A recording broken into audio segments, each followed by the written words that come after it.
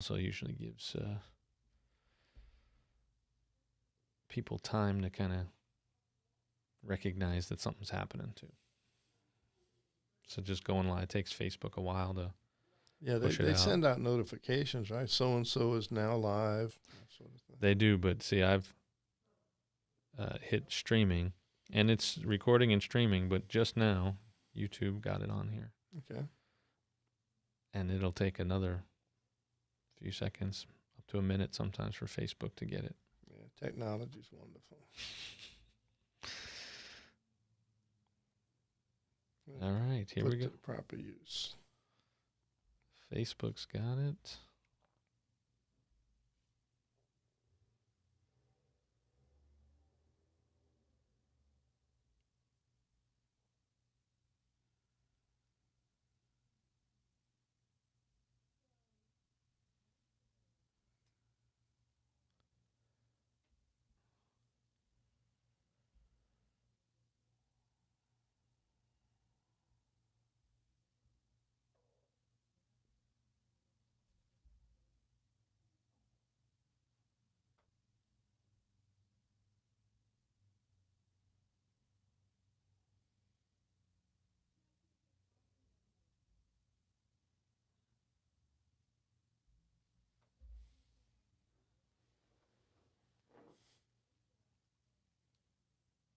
Okay, here we go. Hey, y'all, Pastor Emil here with another episode of Sweet Jesus. Taste and see that the Lord is good. Ice cream is sweet, but Jesus is far sweeter. And church is pretty sweet. And being a pastor is pretty sweet. Being a part of a congregation can be really sweet. There's a lot of benefits. Sometimes that goes south, though. And so being a part of a healthy church and a healthy community and healthy leadership is far, far sweeter. And that's what we're here to talk about today. I've got Brother David Rodriguez is back, and we are going to take some time to go through some things on spiritual abuse. He has a course that he actually teaches with Koinonia Bible College on understanding spiritual abuse. And we're going to take some of the things out of that course and talk about it here over who knows how many weeks. We're just going to keep talking about this because it is so important. I was Brother David here earlier about a post I saw from Tim Keller recently. It's a post where he kind of talks about, tell me about the God you've rejected, the God you don't believe in, and chances are I don't believe in that God either. And I think that's really what's going on. Most people are rejecting a God. They're rejecting a Christianity that is false. Mm-hmm. And it's one that we reject also. And I think we just got to help them see that even if they've experienced it through people that claim to follow Jesus or represent Jesus as pastors or even churches that are organized and have the name Christian in it somewhere, that doesn't necessarily mean they got it right. Yeah, that's correct. In fact, what one of the things we talked about earlier, you mentioned, and you can talk more about it, is the idea that anywhere there is potential power or leverage to manipulate people, there is going to be abuse. Mm-hmm. And God, Jesus, the Bible, Christianity just provides an avenue for people to abuse people in a way that nothing else. I mean, it is really the strongest, most powerful method for abuse. And that's why, in some ways, the critiques of Christianity and religion out there in the world are valid, because there are people messing with it and misusing it. But it's not what Jesus is really all about. And I'm just thankful to have you here so that we can dig deeper into this, because it's important. It's good to be here. Thanks for having me back. Well, so what, you can come back as many times as you want. We're going to talk about this until we're blue in the face. All right. Okay. Talk a little bit. You said, hey, let's talk a little bit just about spiritual abuse, why it's a thing, why it's important to talk about this, how prevalent it is. All right. Well, I was here before and we talked a little bit about the definition of abuse, but just by way of review, abuse occurs when one has power over another and uses that power to hurt. So power itself is not abusive. If power itself was abusive, God would be the ultimate abuser because he has ultimate power. And that's actually what some people, Yeah. the way they characterize God. But spiritual abuse is the misuse of God-given power. And the verse there is 2 Corinthians 10:8, where Paul said, though I should boast somewhat more of our authority, which the Lord has given us for your edification and not for your destruction, I should not be ashamed. So in that one verse, we have the two alternate uses, opposite uses, not just of authority, but of God-given authority. He said, I can either build you up or I can destroy you. In the Greek, that's apoluo. It means to tear down. So it's important to see, if you have a pastor who says, listen, God gave me my power, don't argue with him. What we want to know is, what are you doing with the power God gave you? Because even God-given power can be misused. I would ask, can a police officer who has power, he has authority to arrest, can a police officer arrest an innocent person knowing he's innocent? Sure. Now, it's a misuse of his authority, and hopefully he'll be held accountable for that. But a police officer can shoot an innocent person knowing they're innocent because he has the power to do it. So what we're talking about here is not just having power. We're not antinomianism. We're not, what's the term? Etta Goldman was, they're just against all authority. We're not against authority at all. We believe in authority. We believe in strong authority. But it must be properly used. And so when we talk about spiritual abuse, we're talking about not power, but the misuse of God-given power. God-given power. So that's what we're dealing with here. So once we understand that, spiritual abuse, what it is, then I think it's important that we try to determine specifically what is spiritual abuse. And I have here listed 12 characteristics of abusive churches. And we can begin to talk about some of these things. Because we say this, if it looks like a duck, smells like a duck, walks like a duck, and sounds like a duck, what? It's a duck. It's a duck. And when I teach this course, Characteristics of Abusive Churches, I don't have any church in mind. Spiritual abuse cuts across all denominational spectrums. Absolutely. It's found everywhere. It's found in Catholic, Protestant, Orthodox, anywhere there, the lesser cults, of course, anywhere that the people are willing to leverage the power they have to exploit others, to get other people to do what's in their best interest rather than the best interest of the people. So we can start talking about this, the characteristics of abusive churches, and this is what it looks like. That's what the writer of Hebrews does, right? In Hebrews 11, he begins with a definition of faith, but then he goes on listing person after person, and what he's doing there is, this is what faith looks like. This is a picture of it. This is a portrait of it. So just briefly before you go into some of these characteristics, is this something that's, it seems like this isn't just true of churches.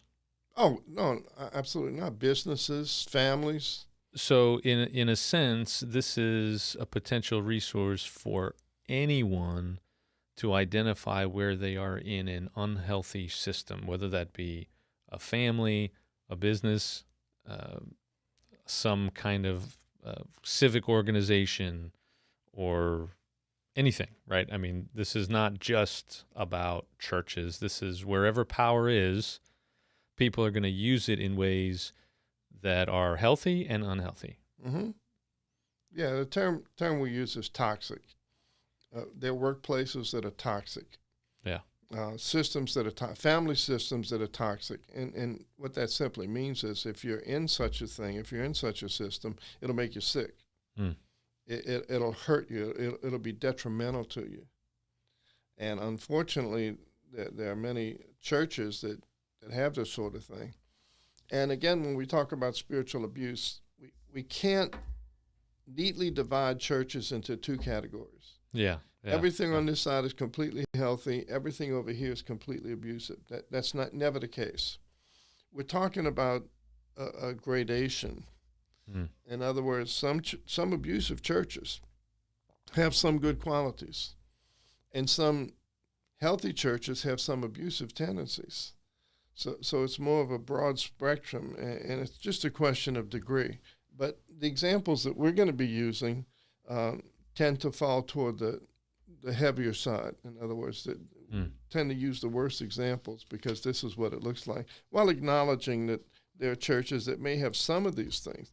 I mean, if you're going to leave a church because it's not perfect,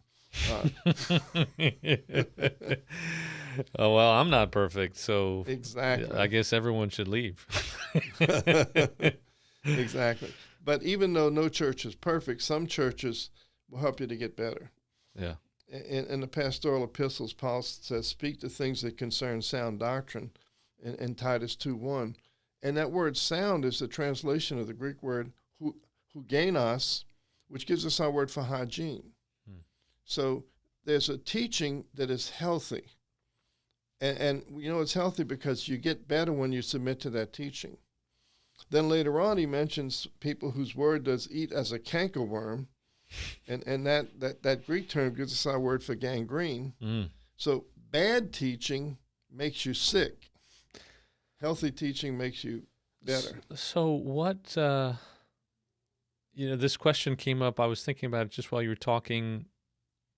How do you, if you're a leader, right, how do you become healthy? Or how is it that a leader is more likely to be on that healthy side? Again, it's a scale, and we all have some unhealthy things, but what is it? What helps people understand how to develop healthy leadership? The word is teaching.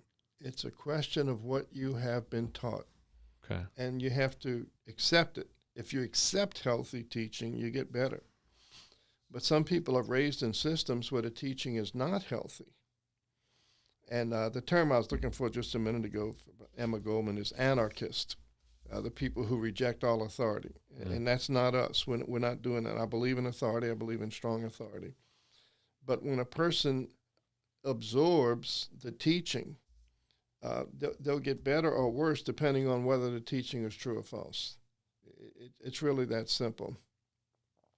And Paul says to the Romans, But God be thanked, you were the slaves of sin, but you obeyed from the heart the form of doctrine that was delivered you. Being then made free from sin, you became the servants of righteousness. So what Paul is saying there is, you were in a bad way, but you got good teaching, you obeyed it from the heart, and you changed from the better. So that's what we're talking about. I'm convinced also, and we mentioned this last time, some people do spiritual abuse not because they're mean, but because that's the way they were taught. Yeah. They grew up in those systems, and the systems themselves can inculcate that into the people. And one of the things that you've mentioned a few times now, not today in the podcast, but I've heard you mention this, it works, right? And so our culture values what works.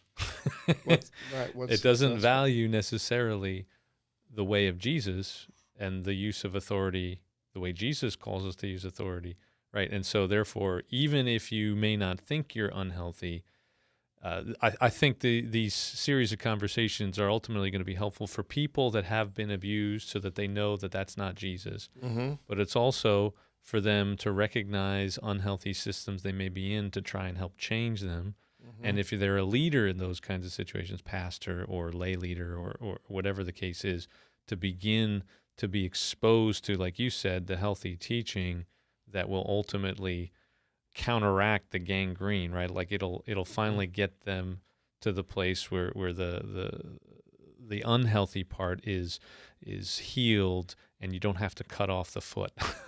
Right, because we have to believe that Christians can change. We're supposed to change from glory to glory. I read somewhere the only people who never change are either perfect or unteachable. But if you recognize that none of us are perfect, then that means there's always room for growth, but you have to be open to the possibility of change, especially if your actions are hurting other people. And as we go through this list, we'll see that these are signs to watch out for. That this is feedback that, wait a minute, maybe I'm not going down the right road. But we have to believe people can change if they want to change. Yeah. They have to see the need and they have to be willing to do it and to commit to the process of change. The problem with leaders is they paint themselves into a corner. Because if I'm wrong, yeah, I lose the whole credibility. thing falls down. Yeah, I lose credibility with my people if I come out and say this and change that. But if you're really wrong, the better thing, let's correct it now before we get to the other side. I think people actually respect that. Yeah, Don't they of respect course that they do. far more than a Absolutely. stubborn idiot who's up there going, no, no, no, no. I mean, Yeah, the one who's never wrong. everybody can see it except you. Exactly.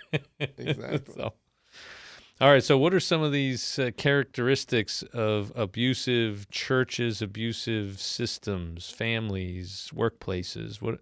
What are these things we're looking at here? All right, well, let's look at them. I've got 12 of them, and these are not original with me. David Johnson, Jeff Van Vonderen, in their book, The Subtle Power of Spiritual Abuse, Healing Spiritual Abuse by Ken Blue.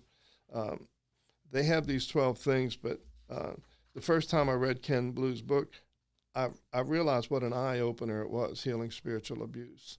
And it turned on so many lights for me because I had seen it. I'd been exposed to it, and I didn't know it was an identifiable phenomenon.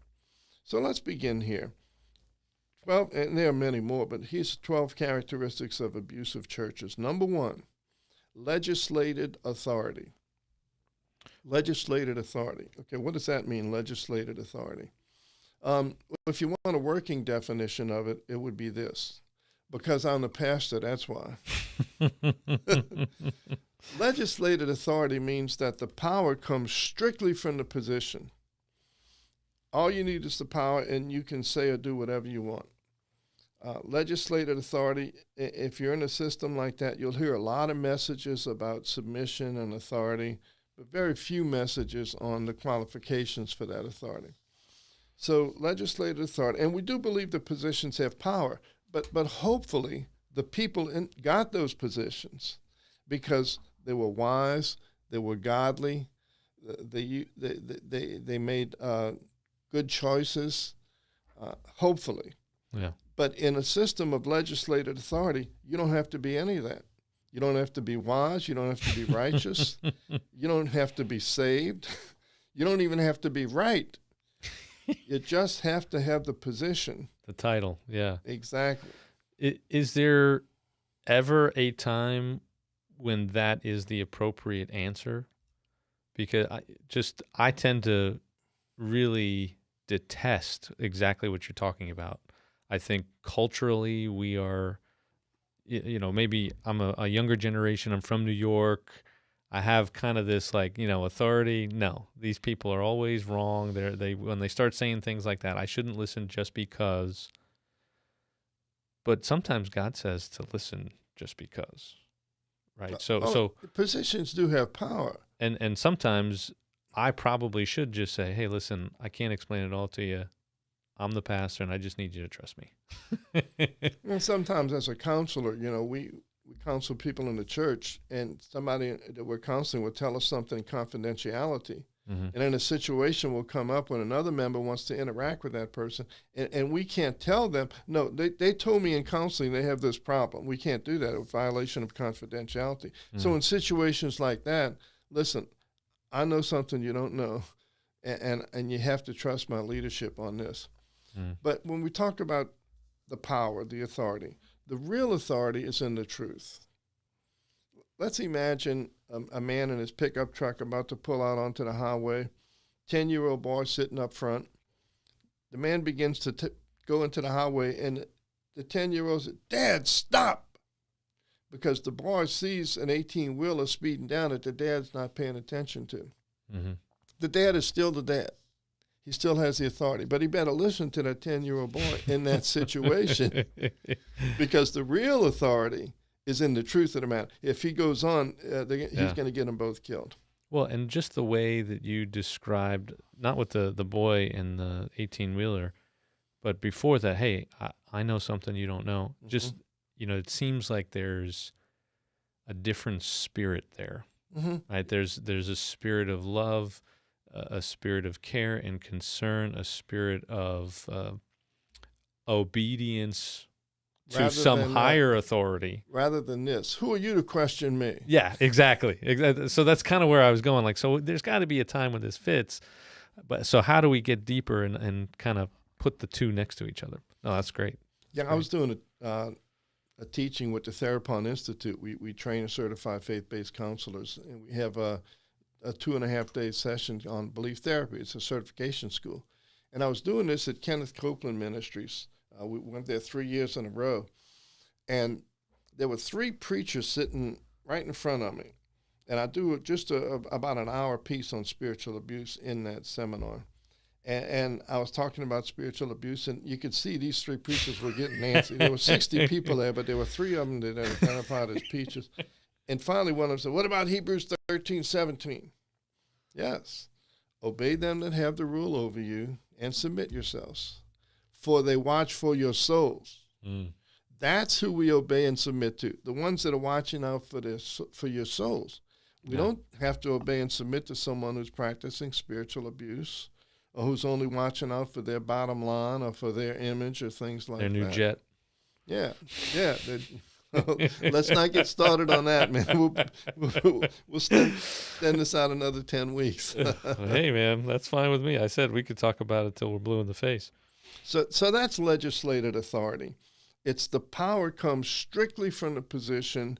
The position itself is held up.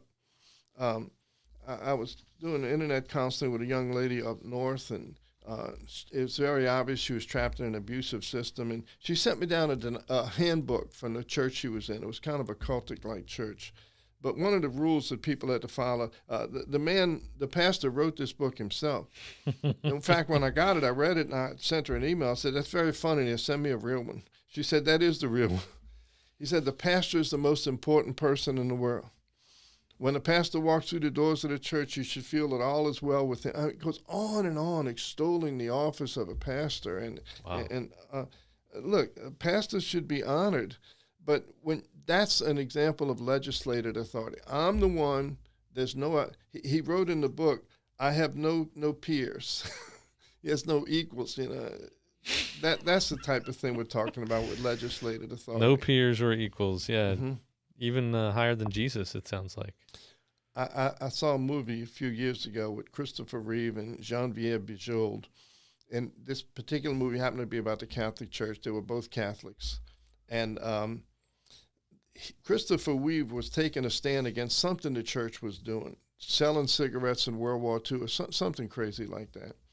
And I remember this scene where one of the bishops said to the other bishop about they're going to do something with this Christopher Reeve who's standing up for, exposing us and things like that. And one of the leaders said to the other one, well, we may not have the morality, but we do have the power. And so they transferred him to some obscure post or whatever. But that line always stuck with me. We may not have righteousness, but we have the power. And we're going to shut you up, buddy. Sounds like exactly what they tried to do with Martin Luther. That's exactly right. Yeah. That's exactly right. So that's legislated authority. We can move on to the next one, which is somewhat similar. It's called power posturing. Now, what is power posturing? Power posturing is the leader, in this case we're talking about pastors. It's anything that sends a message that I'm more important than you are. And these are posturing. It's deliberate. I'm not talking about special parking place for the pastor out front, but when I teach the course, you get all the examples, and one lady was telling me about being in a church where they had a female pastor, and everywhere she went in the church, she was surrounded by 4 women dressed in white. They followed her everywhere.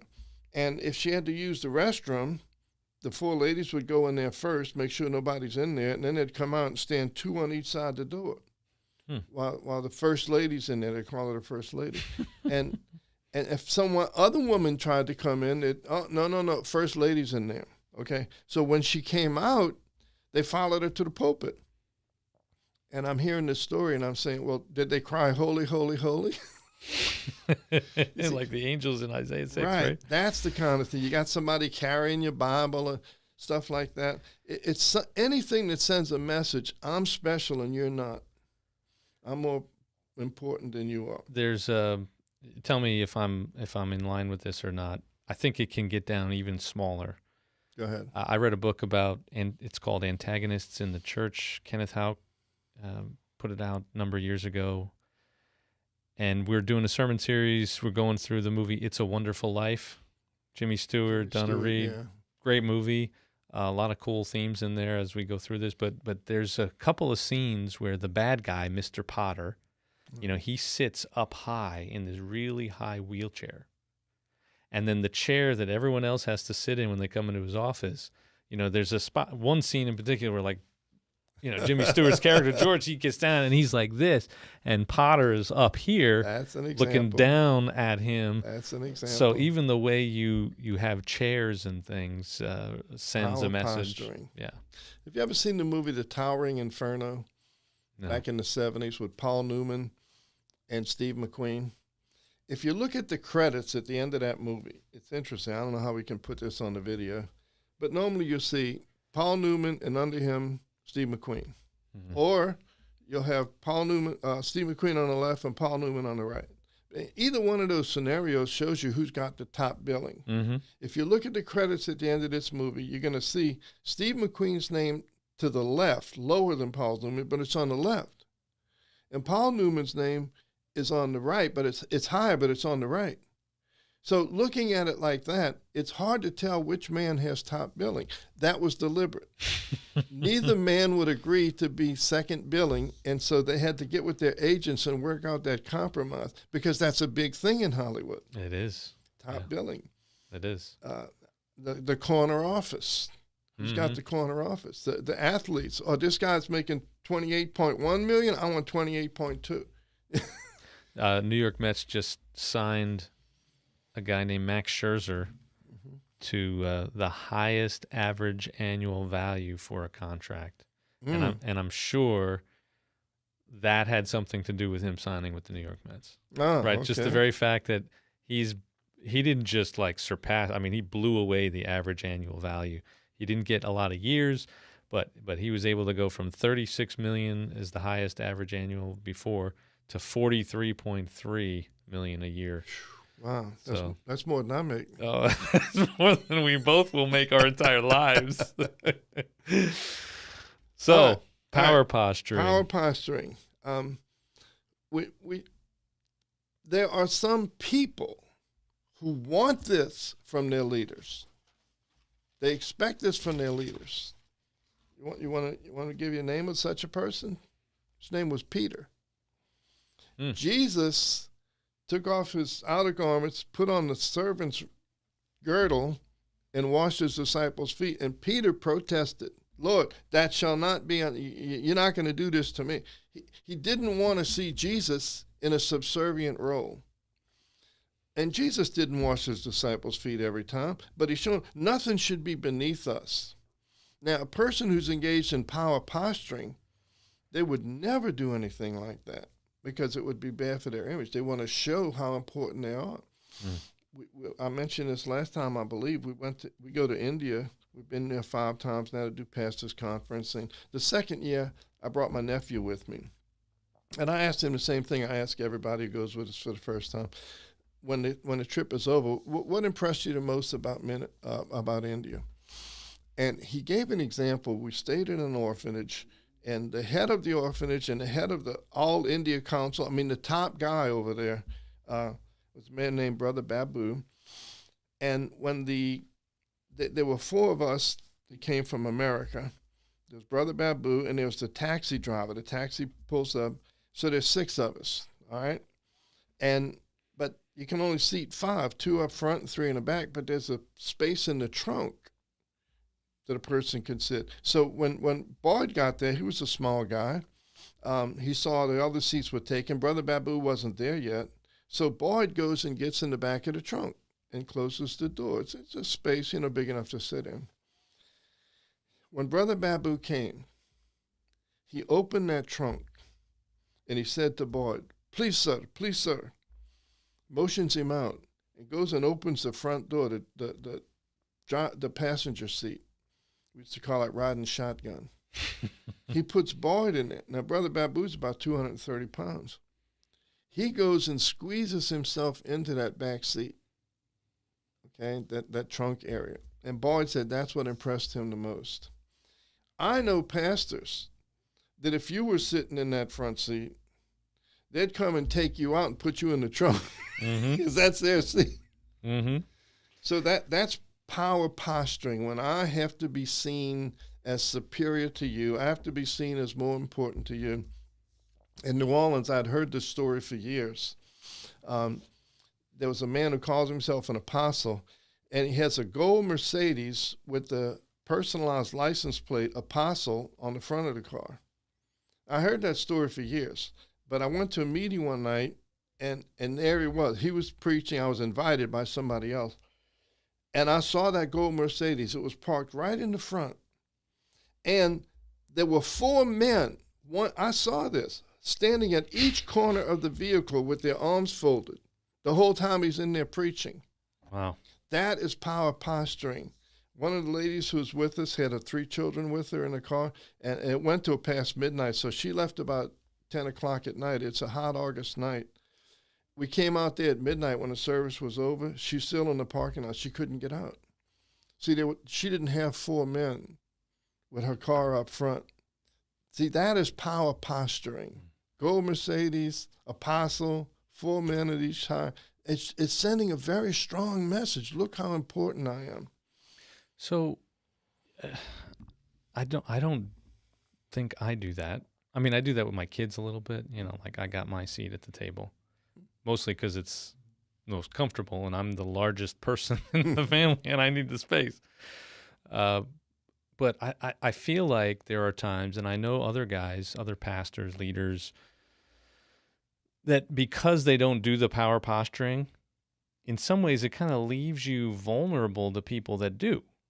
Oh, absolutely. Right? Like, because you look they're bad looking by comparison. They're like, oh man, this guy doesn't, so I'm just going to dump all over him. And then as soon as you go, well, but just because I'm not a jerk like you doesn't mean I'm just going to let you walk all over me. Right? And then you find yourself in these tussles. Well, like I said, some people expect that of their leaders. And if you don't do the things we're talking about here, they may find someone else who does. Yeah. It's strange what people are looking for because they've been taught wrongly. Yeah. They've been said, this is what a pastor is. This is what a church is. When we talked about legalism, the severity and the strictness of it, some people want that because they've been taught this is what God, how legalistic God is, how strict he is, how he's going to hold your feet to the fire. And they just assume that's the way God is. Yeah. So you're sort of at a disadvantage because you're doing the right thing, the biblical thing, and the people who've been taught wrongly think that you're wrong, and they don't respect you for that reason. Sorry, I'm just having this moment now because I'm thinking about just my own experience and people, they would rather have the jerk. Mm-hmm. That's amazing. And so if they would rather have the jerk, I'm happy to let them. when we say this thing works, the principles of spiritual abuse, what we mean is it gives you what they want. Yeah. C.S. Lewis said that theology tells us which means are lawful. Politics tells us which means are effective. So there are people who will do these things because of the benefits that accrue to them, but that doesn't make it right. It doesn't make it right. And I actually think in the end, I think God is in the midst of tearing down those a lot more of those unhealthy systems. Well, eventually they're all going to fall. That's absolutely true. Yeah. They're sowing the seeds of their own destruction. But I think there's a piece to this that in the end, it is actually far more effective long term, perhaps, is the way to think about it, short term and long term, to do it the right way. Of course. It's eternally speaking, of course, but then also I think people are more committed and more invested in healthy systems, and people are more attracted to healthy systems than unhealthy ones than they are to abusive ones in the end. In the end, yeah. You stick it out, because you've seen a lot of big churches come and go. You know, if the foundation is not right, eventually it's going to collapse. And you're going to get more hurt. Right? I mean, the people, when the big guys fall, I mean, that hurts lots of people. Devastating. And so when you allow these things and perpetuate the unhealthy systems, you're just asking for a train wreck at some point. Yeah. Proverbs 14:28 says, "The multitude of people is the glory of the king, but the lack of people is the destruction of the prince." So my real fight, and I feel like I am kind of on the front lines of this, at least in New Orleans, my fight is not primarily against the spiritual abusers. We understand why they're doing what they're doing. They're getting the money, they're getting the recognition. It's the people who are supporting them. That's where the disappointment is. That's the ones that we need to try to reach, because the ones at the top, they can change, but they very seldom do. They're unscrupulous, things like that. But it's the people who throw money at them, the people who support them, in many cases don't even enjoy the church experience, but feel like they're trapped in it. And in one of the latest sessions, we can give you some of the reasons why people stay in abusive systems even when they're miserable. Yeah. There are a lot of psychological dynamics in place and spiritual dynamics that keep people supporting something that they're not really happy with. Yeah, that's the Hebrews 13:17 you mentioned earlier, watching over their souls, right? For they watch for your souls. It's if they wind up in this situation long enough, their eyes will be opened at some point. If they're willing to see, if they're willing to. And it could be the destruction of their faith, right? And I've talked to you a little bit about this before. I don't think I got into a whole lot of detail in here on the podcast, but there's this movement, this deconstruction movement, where there are people who are looking at their faith background and they're going, man, that was toxic. And this must be what Christianity's about. This must be what religion is about. I want no part of that. And they go off into this whole other, and honestly, when I look at some of what they post online and talk about, I actually think they're just as unhealthy now as they were before. They're just as legalistic. They are now the taskmasters, not God, right? And they're angry, they're bitter. They have there is no benefit for them leaving that other than basically, sticking it to the man or organization or religious system that led them to this pain. But they're not free. What happened? They became disillusioned, right? They thought this was the place, this is where God wanted me. And then they peek behind the curtain like, the Wizard of Oz, they pay no attention behind that man behind the curtain. And as you mentioned, they get hurt when the big guy falls. They become disillusioned. That's a very painful thing. But when you think about it, it's good to be disillusioned, because the word disillusion means you lose your illusion. Yeah. Which is not true. Was not true. Yeah. It's the illusion. Yeah. You found out your spouse was cheating on you. You had no idea. It's a very painful and devastating thing. But if they really were cheating on you, it's good that you found out about it. Yeah. Because then you can begin the healing process or, do something about it. And at the even a step back from, hey, now I at least know that this is happening and I can get out or whatever. But you can also break yourself of the illusion that everything was fine. Right? It wasn't. No, it wasn't. There's something that was going on here. There are reasons that led to this, and now you're free to see that truth. We're only on 2. Maybe we'll take these a few at a time. I don't know. We'll see. Let's keep going here. Okay, we can do the next two kind of quickly. Number 3 is misuse of spiritual authority. Now, we can do that kind of quickly because we've already dealt with that. So the authority itself is not abusive. It's the misuse of authority. Lord Byron once said that power corrupts, tends to corrupt, and absolute power corrupts absolutely. Yeah. But that's really not technically correct. It's the misuse of power that corrupts, not power.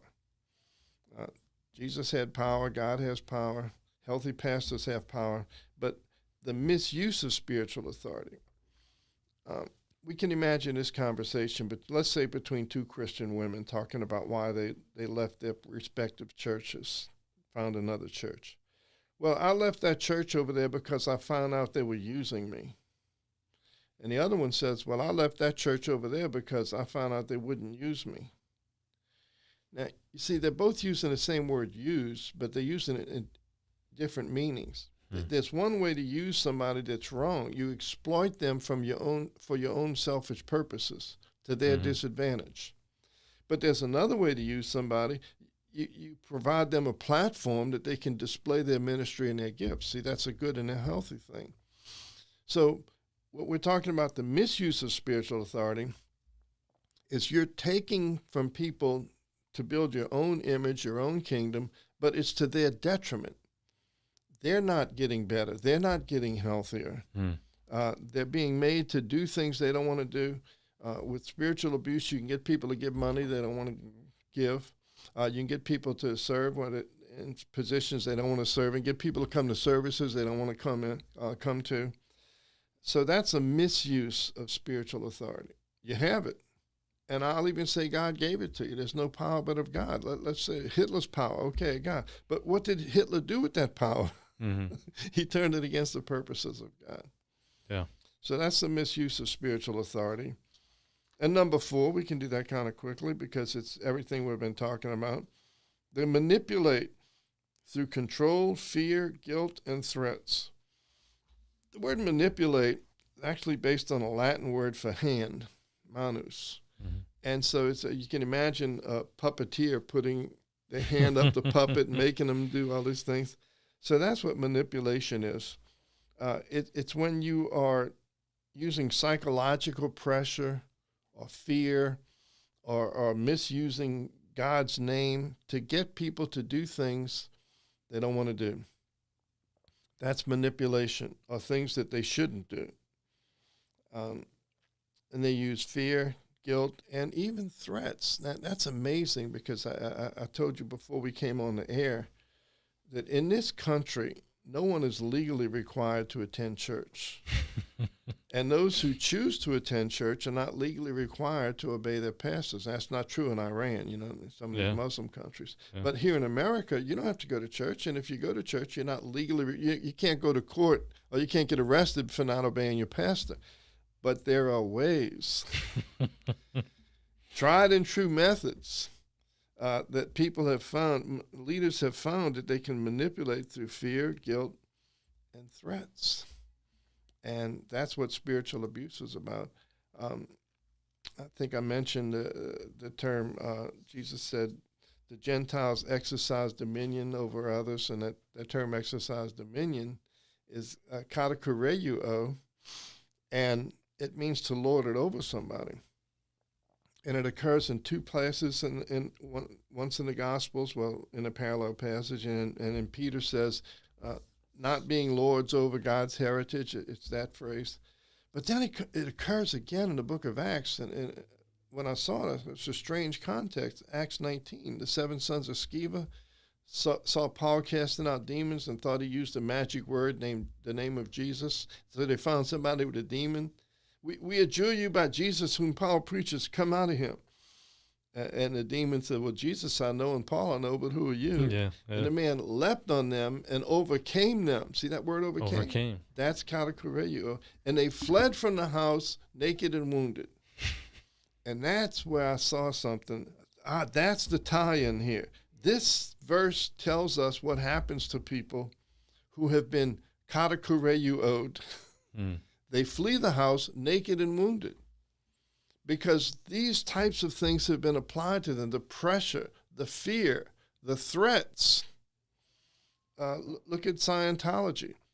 If you and your family are in there and you decide that you want to get out of there, they hold your family hostage. The family who stays behind, same thing with Jehovah's Witnesses, will be taught never to speak to you again. They cut off all contact. Your loved ones, your daughters, your brothers, can't see them anymore. That's a fear and guilt and a threat. So that's what spiritual abuse does. It manipulates people. God commands, but he doesn't control and he doesn't coerce. Wow. He leaves it up to us. He respects our free will, and we should respect the free will of others. That's kind of, he doesn't control, he doesn't coerce. Right. He could if he wanted. He could pressure anybody to do anything. And so many people, their objections to God involve the fact that I wish he would just control and coerce. Right? Like he's letting these bad things happen. Yeah. Right? He's not making everything perfect, even though he has said he is going to, right? That is actually part of the plan. He hasn't yet. And where we are today is a result of our own Adam and Eve rejecting the command of God, even though he wouldn't coerce or control them. Mm-hmm.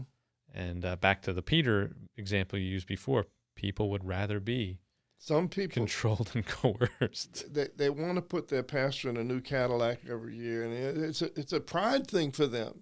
You know, look at my page, and they put all these titles in front of their names and after their name. We talk about power posturing.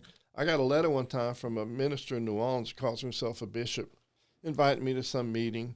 You know, the letter he sends out. And then he signed the letter by saying, His Grace, Bishop so-and-so. And I'm looking at that, His Grace. Well, you know me. I called the church. I said, I got this letter from, okay. You coming to the meeting? I said, well, and I ignored that. I said, well, I have a question. Why did he sign it, His Grace? You know, because I'm thinking maybe he meant in His grace, Jesus. Why did he sign it, His Grace? You know the answer I got? That's a title of respect amenable to a man in his position. Like the king. Yeah, right. Got the collar in His Grace, like the king. Yes, exactly. That's Wow. your power posturing. Wow. So it's everywhere. It's everywhere. All right. You want to go on to the unspoken rules? Sure, yeah. Unspoken rules. These are rules that are not posted on the bulletin board. But they're more powerful than the spoken rules. An example of an unspoken rule might be, don't ever argue with this board member. Don't get on his bad side. You'll be in trouble. Or don't run afoul of the pastor's wife. In some churches, kind of a comical example of an unspoken rule, don't sit in somebody else's seat. Oh, yeah. Yeah. You come in early and sit in a seat that somebody's used to sitting in, you're going to get some strange looks. But we wonder why people aren't coming to church anymore. Exactly. And they have that in the business world, too. You know, I worked in a business one time when it said that they will reward employees who bring theft to management's attention. And I saw what happened to some employees who did that. They got transferred somewhere else. See, the written rule on the bulletin board said this is what we want you to do. But if you did it, you got in trouble because the unspoken rule took precedence over that. Yeah, I had a really unpleasant experience letting people know about all the bad stuff going on. Actually, multiple probably experiences, but... well, look what happens to the whistleblowers. They go after you. Yeah. You're a threat to the system. You're a threat to the church. Right? We have to protect the church. Even though Jesus already said that nothing's, right, the gates of hell are not going to overcome it. And we feel like we got to protect it. Yeah, well, if it's ours, we have to protect it. There you go. If it's ours. Yeah. Right. Wow. When Jesus cleansed the temple, what did he say? My house. My house, yeah. What did he say the next day? behold, your house is left to you desolate. Mm. See, they built it the way they wanted it, and Jesus said, okay, it's yours. You get to keep it. Yeah. But here's what's going to happen to it. Because you didn't run it like it was my house. You've turned my house into a den of thieves. Is that possible? Can a person, a wicked, sinful religious leader, turn God's house into a den of thieves? Jesus Sure said he seems did. like it, yeah. He said that. You've turned it into a den of thieves. How can you do that? Because you can. God commands, but it doesn't control, it doesn't coerce. If you want to take his Bible, his religion, so to speak, his authority, and twist it and use it for your own personal selfish ends, you can do it. But, there'll be a price to pay. When I talk about the prosperity preachers, and you send me $1,000 and God will do this, that, and the other. I said, look, that stuff works. In fact, if you do it well enough, you might wind up the richest man in hell. Mm-hmm. Yeah. There's way more, people that get all upset about this idea of hell today, right? They just want, hey, you know what? If God's really a God of love, he's going to let everybody in. And I do think that there are probably more people in than we think, but it's not the people we think, right? That it's going to be some unexpected people in there. But if everybody's in, then what about those kinds of stories?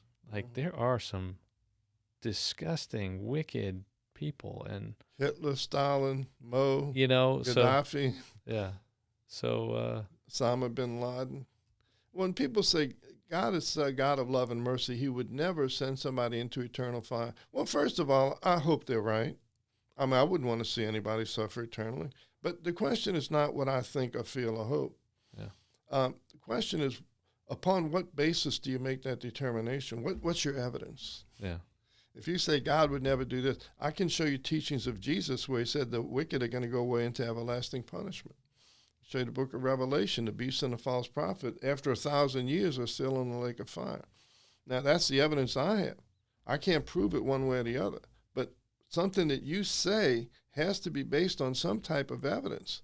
And if your evidence is what you think God would do or wouldn't do, as opposed to what he says in his own word he wouldn't do, that he would do, well, then that's what you need to examine. Well, but I think that people are normally responding to the misuse of hell, the doctrine of hell, and all of that stuff, right?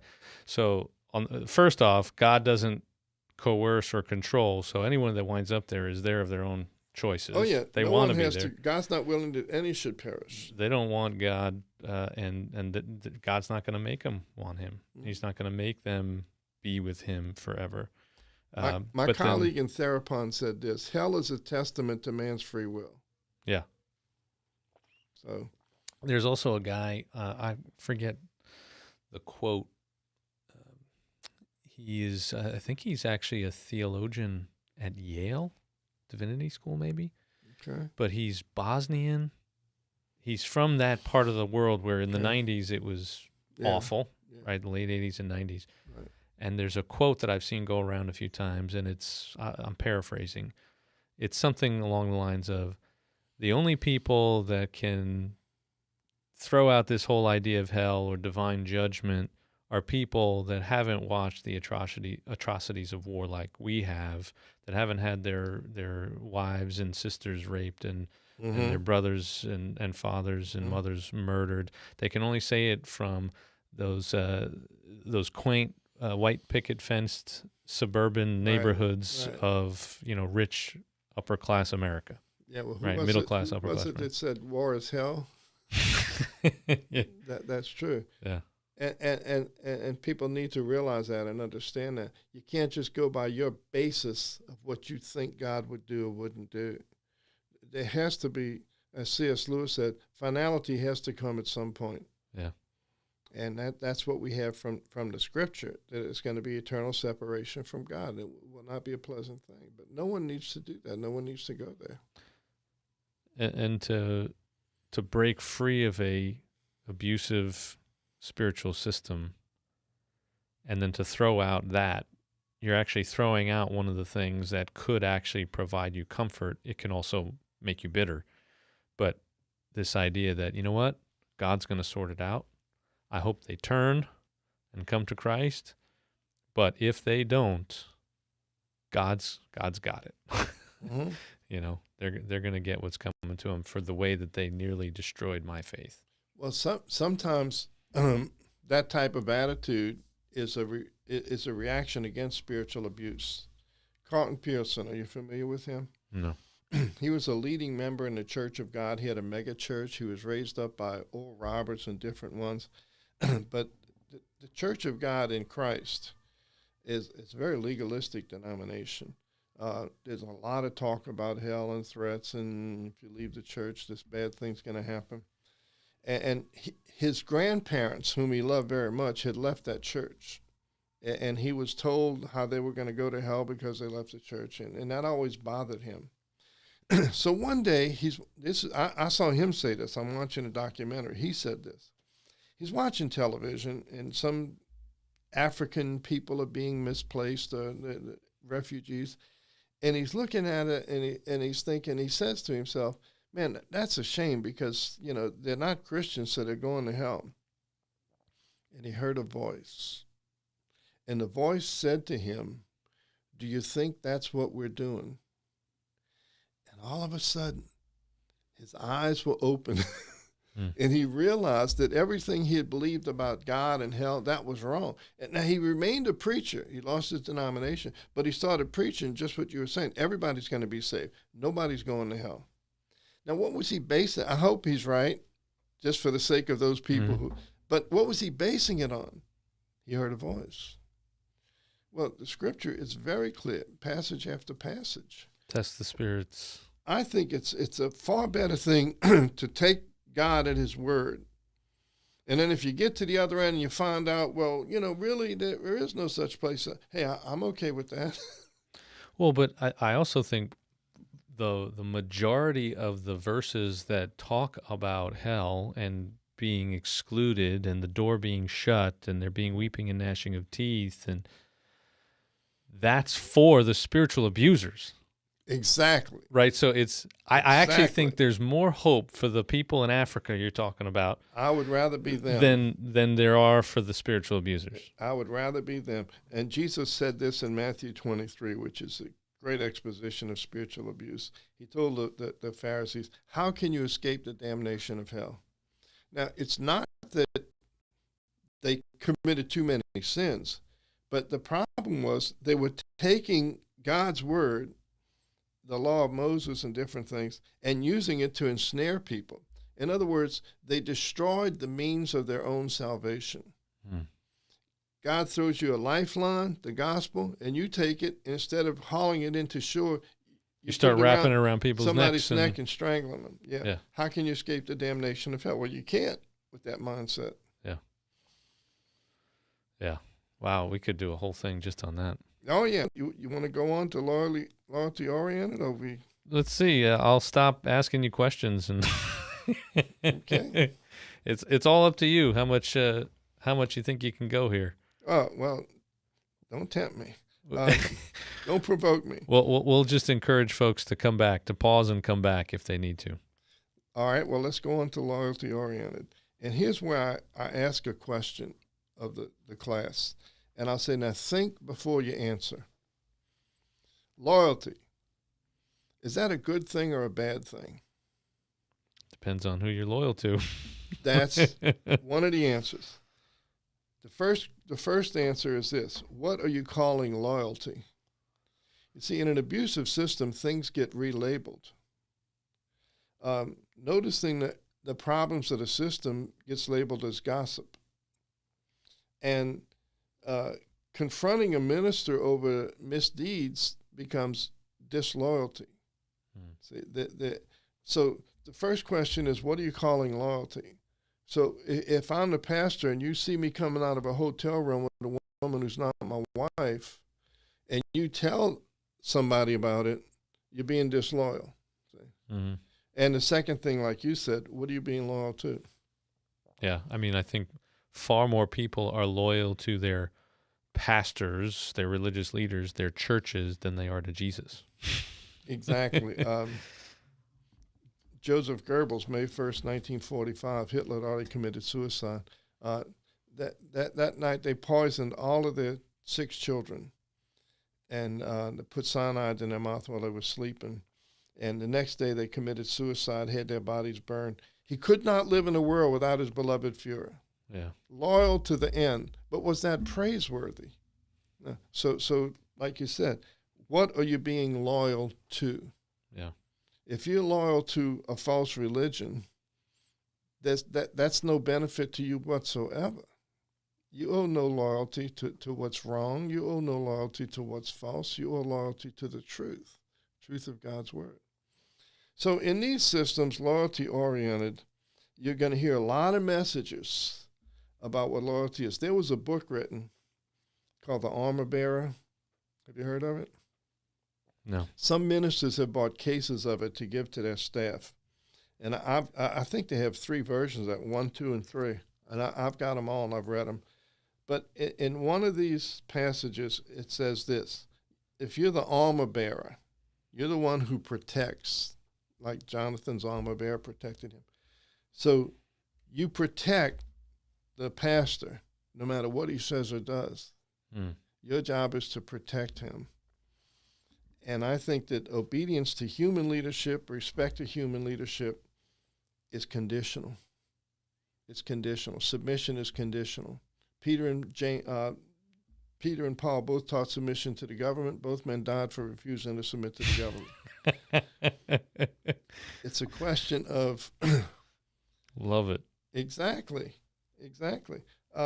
It's conditional. The only unconditional obedience we owe is to God.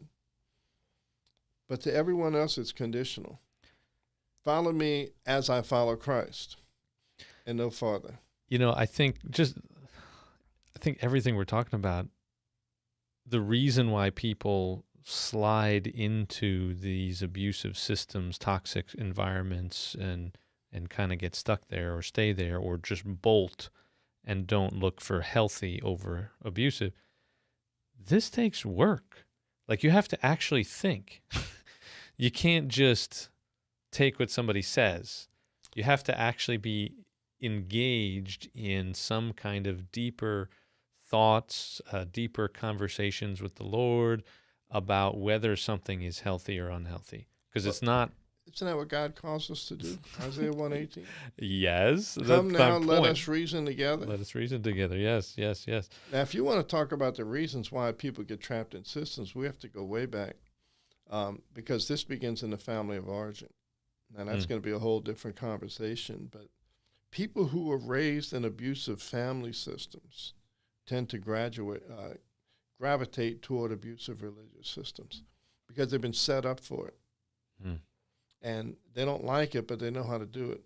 Everything they learned as a child in an abusive family system translates perfectly into an abusive religious system. So they just... Here's a woman, her father was an alcoholic who beat her. She's had 3 husbands who are alcoholics who beat her. And she thinks she's got bad luck.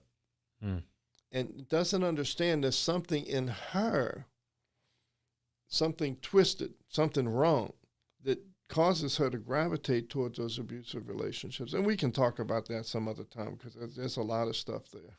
Well, and the irony in that kind of a situation is it's hard to say that to a person who's already so fragile and thinks so low of themselves. Well, you have to be very careful, like that young lady up north that I mentioned. At first 10 minutes, I was doing counseling on the internet. I used to belong to an internet counseling service. In the first 10 minutes, I realized she was trapped in an abusive religious system. But I didn't tell her that. You have to take things slowly because you can't just come right up front. And so she said one time, well, our pastors told us never to question what they say. I said, really? I said, do you have your Bible with you? She said, yeah. I said, well, we'll turn to Acts 17:11. And I had her read it. But these were more noble than those at Thessalonica, talking about the Bereans, in that they searched the scriptures daily to see if these things were so. And she read that. She said, I never saw that before. See? So you have to kind of be gentle, like you're saying with some people. You can't just come rushing right up front. Everything you believe in is wrong. Yeah. You're in a place that was set up by the devil. you have to slowly give them pieces of truth. And then as they receive the truth, eventually she told me, she said, I'm trapped in a cult up here. I said, yeah. Yes, you are. Yes. Ding, And ding, she ding, ding. was. We have a winner. And she was. That was a bad church, man. She sent me some tapes of their preaching. And this is what passed for preaching up there. Some of you young people are so stupid. Now I'm listening to this on the tape. You're so stupid. Yeah, I see you sitting up there with your Dracula lipstick on. And then start talking about people. Some of you women, you claim you're depressed. No wonder you're depressed. You're sitting around all day long watching TV and eating bonbons. Oh, you don't like my preaching? Well, I don't like your dress size. Oh, wow. And so they're trained to, the people are thinking, well, that's how God is. That's what God does. Yeah. And of course, that's not how he is. That's not, no. Again, you show me a religion, a God, a Christianity, a Jesus that you have rejected, and so have I, probably. Yes. Right. Rejected the same one. So what's this persecution sensitive? Oh, man. Well, all of these, they have motives behind them. But the persecution sensitive it's designed to keep people in the system because everybody outside of the church is out to get us. And you hear terms like Catholic bashing, Mormon bashing. You know, I get that a lot when I debate on the internet. Why are you bashing me? They're designed to create that impression. So you better stay in here because those people out there, they hate us and they're going to get us. You remember Jim Baker when he was being investigated by the Charlotte Observer from his selling properties that weren't built yet at Heritage. Well, he would come on his broadcast and say, the Charlotte Observer is after us. They're trying to destroy my ministry. And see, so persecution sensitive is, you know, that there are legitimate questions being asked about you. Mm-hmm. You know that. But what you're doing is you remember things get relabeled? You're labeling it as persecution. Yeah. I was talking to a man one time who was in our church in the early years, very brash, very abrasive. He would always say things that would hurt people. He made some women in the church cry. So I'm confronting him about this, and I'm talking about, I said, brother, this is not just a problem you've had in our church. I've talked to this pastor. He said you did the same thing. That pastor said you did the same thing. You know what he told me? Well, they persecuted Paul too. Yeah, but they didn't persecute Paul for making nasty remarks to married women. Yeah, they persecuted him for preaching Right. the gospel, the death and resurrection of Jesus.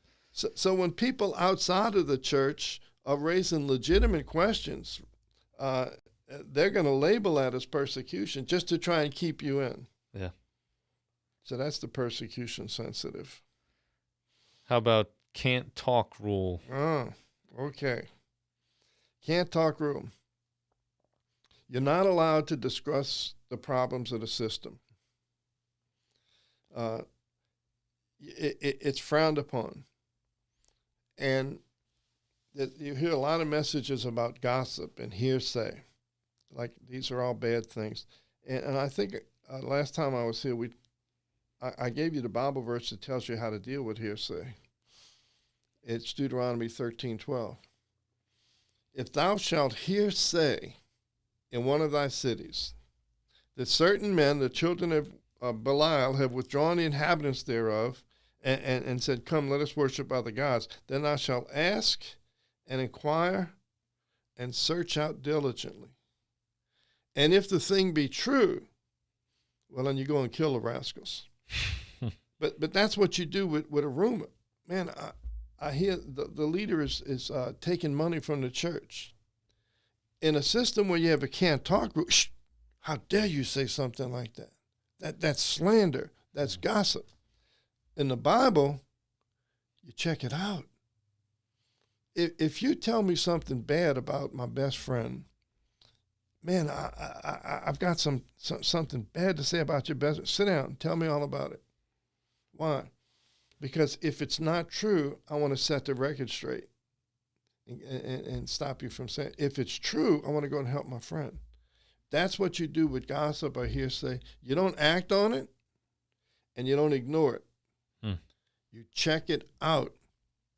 You have a duty and a responsibility. What is one of the terms for a pastor in the Bible? It's an overseer. An overseer. You look for these things. You check these things out. So in the can't talk rule, you're not allowed to do that. And in those systems, disagreement is treated as disobedience. So if you just say anything negative, well, it's just not allowed. And people are cowed into submission. And again, this goes back to abuse in the home, family of origin. Abuse takes away a person's voice. When they were young, they couldn't talk. They couldn't tell people. They'd be disbelieved. And even today, people many times are disbelieved when they break the silence on their abuse.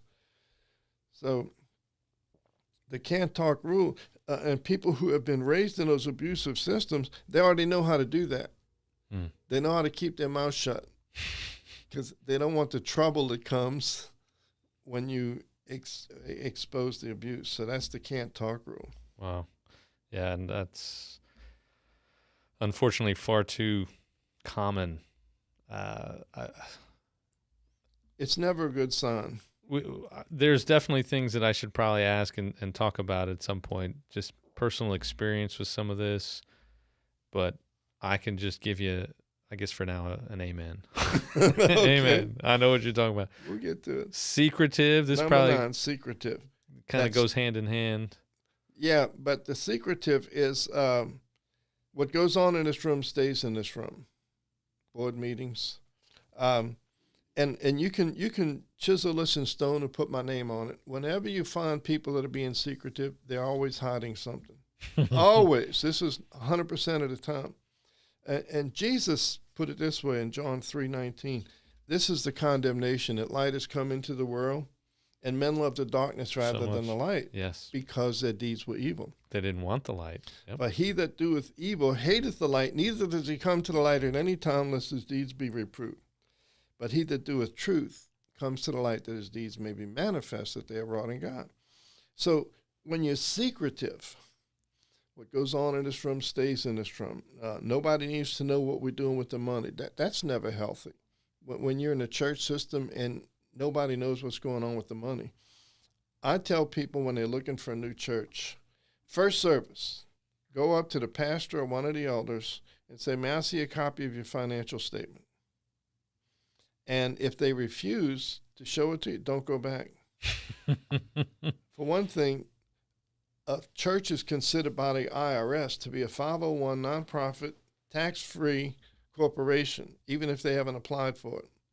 And as such, any citizen has the right to ask for a financial statement. If they don't deliver it, they can be subject to a $50 a day fine up to $5,000. Wow. $20 a day up to $5,000. And that comes from a CPA and an IRS agent. They're both different people told me that. We put our financial statement on a bulletin board. It's up there all year long. Not the individual giving records. That's private. Mm-hmm. But what the church, what's coming in, what's going out, why not? If what you're doing is okay, why can't we know about it? Mm-hmm. Yeah. See, if you do the right thing, you want people to know. Johnny, did you clean your room? Yes, ma'am. Okay. No, come see it. Come look at it. Yeah. If it's not clean, Okay, I'm coming to look at it in a couple of minutes. Right. It's like when visitors show up and your house is dirty and you kind of hide and you peek behind the curtain hoping they'll go away. So secretive is never good. We provide things honest in the sight of all men. I have used that John 3 passage near the end of John 3 often. You can't be afraid of the light. And even though one of the things that I think Jesus does for us is that he helps us come to a place where we can be exposed ourselves, right? Mm-hmm. So that we may find out something that we didn't know about ourselves. We may find out we did something wrong, that we hurt someone, But in the light, we're willing to walk into the light because his light has already shined in our hearts. We know God so loved the world that he gave his only son, that he didn't send his son into the world to condemn the world, right? He's not here to make you feel bad or hurt you. He's here for your good. To help you. But if you want to keep from God, you want to keep it dark and all that, then of course you hide. So, yeah, that's powerful stuff. Secretive. Spiritual elitism. All right, this is any message that says we're either the only true church or a lesser version of that, but not too much worse, but a slightly lesser version is we're on the cutting edge. You don't want to be with the church down the street. God has given us a special revelation. God has given us a special task. We're carrying the banner. Okay, so anything that creates the impression that because you belong to this group, you're spiritually superior to the other groups. And I get that all the time on the internet. But that's like every single denomination. Why do you think that's our denomination? Well, why do you think we're better than everybody else because we got the truth? We have more truth than other people. Either we're the only ones with the truth, or we have more truth than other people. Yeah, and that appeals to the flesh. It does. We're number one, right? And so that's what spiritual elitism, it creates the impression. It's okay to see yourself as a competent minister of the gospel. If that's what you are, then that's fine. That's what God says you are. But when you begin to compare yourself to others, the Pharisee praying in the temple, he didn't just say, God, I'm glad I'm righteous. He said, I'm not like that man over there. You see, there always has to be that comparison and the putting down of others to make you feel better. Jesus starts out that, or Luke starts that out, introduces that parable, saying Jesus tells this so that, you can figure out who is self-righteous and looks down on others, or this is how you know someone is self-righteous, because they put down and condemn other people. Exactly. It's that comparison. One of the terms for it is power over. When I'm up here and you're down there. But when I'm debating on the internet, whether it's Catholics or Orthodox, I debate those folks a lot on different aspects of their theology. And I usually get this response, well, you Protestants did such and such. And the Protestants, they burn people at the stake and things like that. But I'll say, first of all, I'm not a Protestant, because I'm not. But then I'll say, don't you ever imagine that because you can look at somebody who may be wrong in certain areas, that doesn't prove you're right. Mm-hmm. But that's the tendency, is to look to others. Well, yeah, maybe I steal, but I don't steal like that guy stole. Yeah. Those are ad hominem attacks, I believe. Ad hominem, yeah. So you go after the person, you attack the person instead of their ideas. Mm-hmm. Yeah. So that's the spiritual elitism, where you foster the idea that in our group, if you're a member of our group, you're special. Well, we like to think we're special here at Open Arms, but that doesn't mean that we're the only place that people can get saved. Exactly. Yeah. Exactly.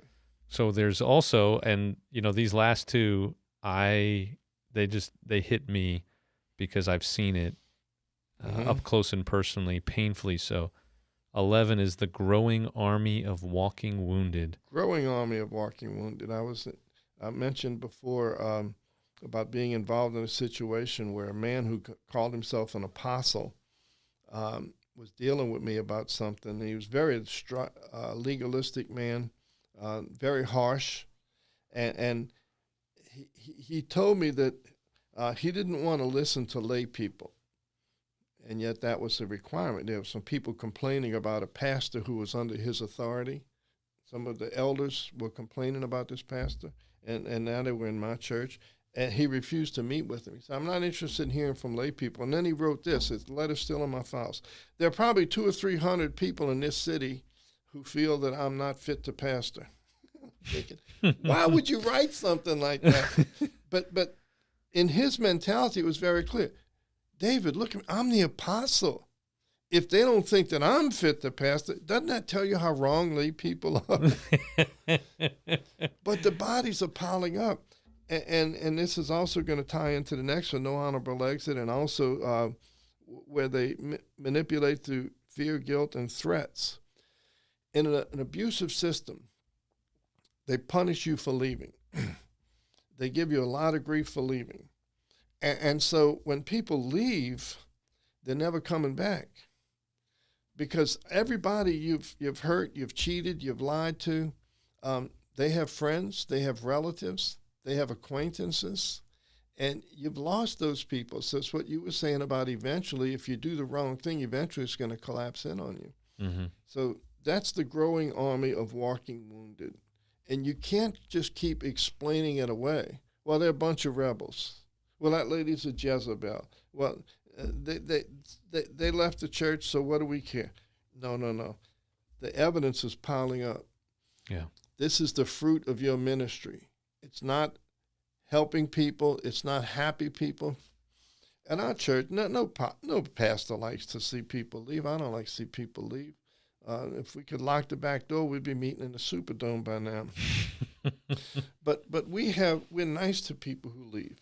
Even when they leave wrongly, you don't pay their rent. You pay their rent three months in a row, and the last month you don't pay it, and they go down the street telling everybody what kind of Christian are you. Yeah. But we're nice to those people. And you know what we found out? Some of those people come back. Wow. Winston Churchill once said, democracy is the worst form of government, except for all the others.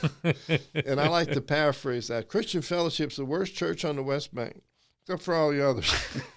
Of course, I'm being facetious about that. But I'm hoping that they'll find out about that if it's true. Yeah. And sometimes they do. They go off looking for greener pastures, and then they eventually come back. We've had a lot of people in our church that have been with us for one reason or other, have left and have come back. And the reason they're allowed to come back and encouraged to come back and want to come back is because we did not go to war with them. And temptation sometimes is to lash out. You're mad because you feel a sense of hurt, you feel a sense of rejection. But the Bible says to bless them that curse you. Bless and curse none. So we're nice to people when they leave. So you're not going to look for a growing army of walking wounded in a healthy church. Yeah. They may leave, go somewhere else for whatever reason, but they're not going to be out there telling everybody how bad you did this and did that.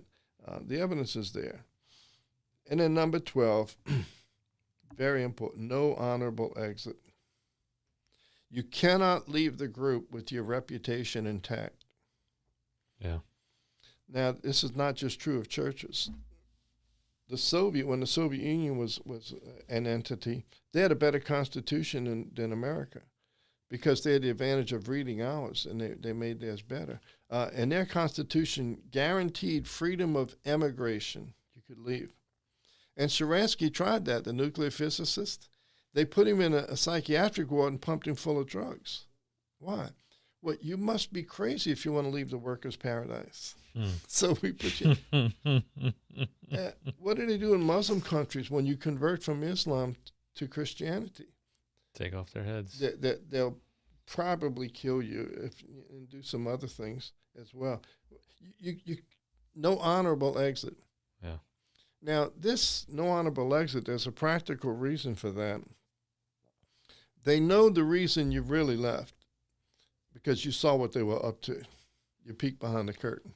And they have to go with this persecution sensitivity, right? That ties in with that too.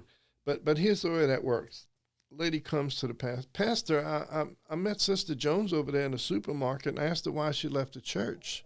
And she said, well, she donated $500 to a missionary and earmarked a check, but the missionary never got it. It went into the general fund. That's a true story, by the way. Oh, Sister Jones, I told you that lady's a Jezebel. Why are you listening to her? Yeah. And rather than just produce the check. Here's what we did. And here it goes. Yeah. They can't do that. So that's where the no honorable exit comes. And also it's a warning to those who remain. If you leave, one lady was told that if you leave this church, your reputation is going to be destroyed. Yeah. Told that by the minister. And for people who are worried about that, the fear of man bringeth a snare. Mm-hmm. Well, who would be worried about that? If people knew the real me, they wouldn't like me. Yeah. abuse Broken victims. people, yeah. Abuse victims. And there's a symbiotic relationship between abuse victims and spiritual abusers. And you're taking advantage of the people, the very people you ought to be making stronger, instead of making them weaker and breaking them down. The Lord is near the brokenhearted. Absolutely. He has a special heart for those people, and we're beating them up. Yeah. It's, you know, the way you talk, if they knew the real me, they wouldn't like me. That's not just abused people. Mm-hmm. That's everybody.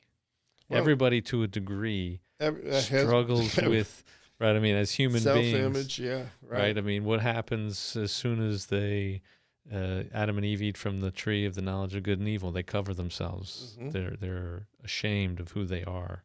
Mm-hmm. Right out of the gates. And so we all have this piece. So I think you can get people wrapped up in it. And what they do probably is they don't leave, but they don't stay. Right? They come Christmas and Easter. Yeah. Right? I mean, I could see that being a response. They're not gung-ho toward coming to the church, but when I had a little star next to number 12 because see that. I left at what I believe to be a toxic, abusive church. And it was so ironic that I, the guy who pointed out the fact that there was an alcoholic guy leading the ministry, that there was a guy who was abusing the heck out of all kinds of people, anybody that challenged his authority, all these unspoken rules, loyalty, persecution. It was all there, some to a greater or lesser degree. Right. Power posturing, misuse of authority, manipulating through fear and guilt, and secretive stuff, just all of that stuff. He eventually was essentially, you know, I don't think he left voluntarily. I guess I'll just say it that way. But his given the left foot of fellowship. Yes, the left foot of fellowship. That's good. And he got a farewell. He got this nice dinner and a fancy place and all this stuff, and people encouraged to do all these things for him, and people come and talk about him and all this other kind of stuff. And then me, the guy who brought up everything and talked about how there was this growing army of walking wounded, and you want to know why this church is suffering? Well, it's because of this behavior, only to find out that he was just a symptom of, actually, he was just a layer down from where the real problems were, right? Okay. So it was actually the congregation itself that was full of these people that thought this way, that thought this was okay, and essentially enabled him. I was trying like crazy to have the honorable exit. Like I wasn't leaving. I was trying to hang in there, and maybe it would all turn around, and maybe, you know, the truth would finally come out and all this other kind of stuff. And finally I was like, I can't live in this dual reality tension anymore. Mm-hmm. I got to go, or it's going to completely destroy me. I've been there. And so I got out, and the more we talk about stuff like this, the more I hear from you and other people, the more I go, well, thank God I got out of there. Mm-hmm. Right? Because there's still moments where you go, man, there was so much... The possibilities were endless, you know, thinking about, which was why I went there in the first place. But then you keep coming back, you look at these things, and you go, yeah, well, those possibilities were imagined. It was an illusion. It was things that I thought were possible, but in the end were never really possible because of a lot of these characteristics. So I appreciate the affirmation of just going through this personally. That's another thing. That a lot of times people who will come to the class, they come thinking they were crazy ones. They were wrong. Mm-hmm. And what this information does is it validates them. No, you were supposed to be upset about this thing. You were not being rebellious. Yes. You were supposed to question these things. Yep. That's what the Bereans did. They checked it out that's Paul's preaching they checked out. If you need to check out Paul, you need to check out me and anybody else. That's right. And so there's a validation that comes, and that's why I love teaching this course. I love teaching these principles, because the poor, tired, broken, wounded people, it gives them hope. It gives them a sense that, well, you know what? I wasn't the crazy one. And then at that point, they may have to battle a little bit of resentment because when they see what all was done to them and why it should not have been done to them, especially by people claiming to represent Christ, then they're going to have to do some forgiveness there. Yeah. Well, there are always two kinds of Christianity. I talked about this back in October. We had a series, Christianity and its Counterfeit. October's kind of Reformation month for us. Right. Martin Luther, and it was 500 years this past April from when Luther stood before Charles V and the papal delegation and basically said, "Here I stand, I can do no other, so help me," right? God help me.